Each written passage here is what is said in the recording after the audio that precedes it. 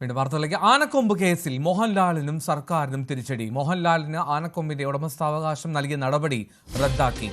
വനംവകുപ്പിന്റെ നടപടി നിയമപരമായി നിലനിൽക്കില്ല എന്ന് ഹൈക്കോടതി വ്യക്തമാക്കി. അഡ്വക്കേറ്റ് സി എൻ പ്രകാശ്, എന്തൊക്കെയാണ് പ്രധാനമായും കോടതി വിധിയിലുള്ളത്? എന്തോ ഈ 2011 സെപ്റ്റംബർ മാസമാണ് എറണാകുളത്തുള്ള മോഹൻലാലിന്റെ വാർത്തയിൽ ആദായ നികുതി വകുപ്പ് റെയ്ഡ് നടത്തുന്നത്. ഈ റെയ്ഡിനിടയിലാണ് 4 ആനക്കൊമ്പും 10 തീർത്ഥാടനത്തിൽ. വനം വകുപ്പിന്റെ നടപടി നിയമപരമായി നേരിടാൻ നിലനിൽക്കില്ല എന്നുള്ളതാണ് ഹൈക്കോടതിയുടെ നിരീക്ഷണം.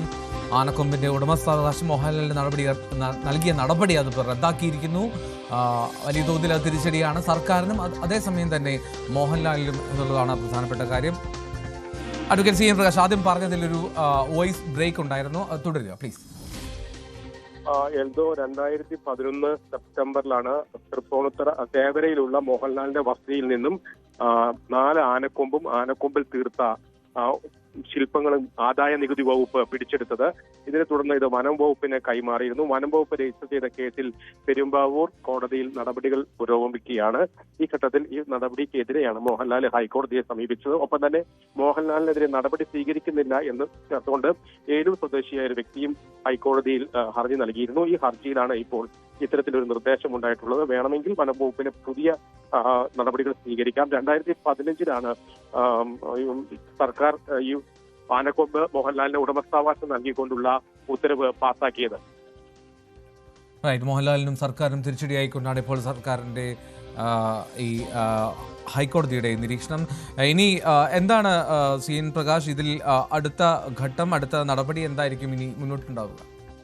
വേണമെങ്കിൽ സർക്കാരിന് ഉടമസ്ഥാവകാശം നൽകാനുള്ള നടപടിക്രമങ്ങൾ പാലിക്കുന്നതിൽ വീഴ്ചയുണ്ടായി എന്ന് കണ്ടുകൊണ്ടാണ് ഇപ്പോൾ ഹൈക്കോടതി ഈ നടപടി സ്വീകരിച്ചിട്ടുള്ളത്. അതുകൊണ്ട് ആ നടപടിക്രമങ്ങളെല്ലാം പാലിച്ചുകൊണ്ട് വേണമെങ്കിൽ വനം വകുപ്പിന് മോഹൻലാലിന് ഉടമസ്ഥാവകാശം നൽകാൻ കഴിയും. ഏത് നടപടിക്രമത്തിലാണ് പ്രത്യേകിച്ചും ചൂണ്ടിക്കാട്ടിയത് വീഴ്ച സംഭവിച്ചു എന്ന്? വനം വകുപ്പ് ഇതുമായി ബന്ധപ്പെട്ട് മോഹൻലാലിന്റെ കൈവശം മോഹൻലാലിന്റെ വീട്ടിൽ നിന്ന് പിടിച്ചെടുത്ത 4 ആനക്കൊമ്പുകളും ഒപ്പം തന്നെ ആനക്കൊമ്പ് ചേർത്ത ശില്പങ്ങളുമുണ്ട്. ഇതിൽ 2015 സർക്കാർ UDF സർക്കാരാണ് അന്ന് ഉടമസ്ഥാവകാശം നൽകിക്കൊണ്ട് നടപടി സ്വീകരിച്ചത്. എന്നാൽ മോഹൻലാലിന്റെ ഭാഗത്തു നിന്നും ഇത് എവിടെ നിന്ന് ലഭിച്ചു എന്നടക്കമുള്ള കാര്യങ്ങളിൽ വ്യക്തത വരുത്തിയിട്ടില്ല. സുഹൃത്ത് നൽകി എന്ന് മാത്രമാണ് അന്ന് മൊഴി നൽകിയത്. അത്തരത്തിലുള്ള എല്ലാ വനംവകുപ്പിന്റെ ഇത് അനുവദിക്കുന്നതുമായി ബന്ധപ്പെട്ട നടപടിക്രമങ്ങൾ പൂർണ്ണമായും പാലിച്ചിട്ടില്ല എന്നാണ് ഇപ്പോൾ ഹൈക്കോടതി കണ്ടെത്തിയിട്ടുള്ളത്. അതിന്റെ വിശദാംശങ്ങൾ, അതിന്റെ ഉത്തരവ് പുറത്തു വന്നാൽ മാത്രമേ വ്യക്തമാകൂ. അഡ്വക്കേറ്റ് സി എൻ പ്രകാശാണ് നിയമകാര്യ ലേഖകൻ, അദ്ദേഹമാണ് വിവരങ്ങൾ നൽകിയത്.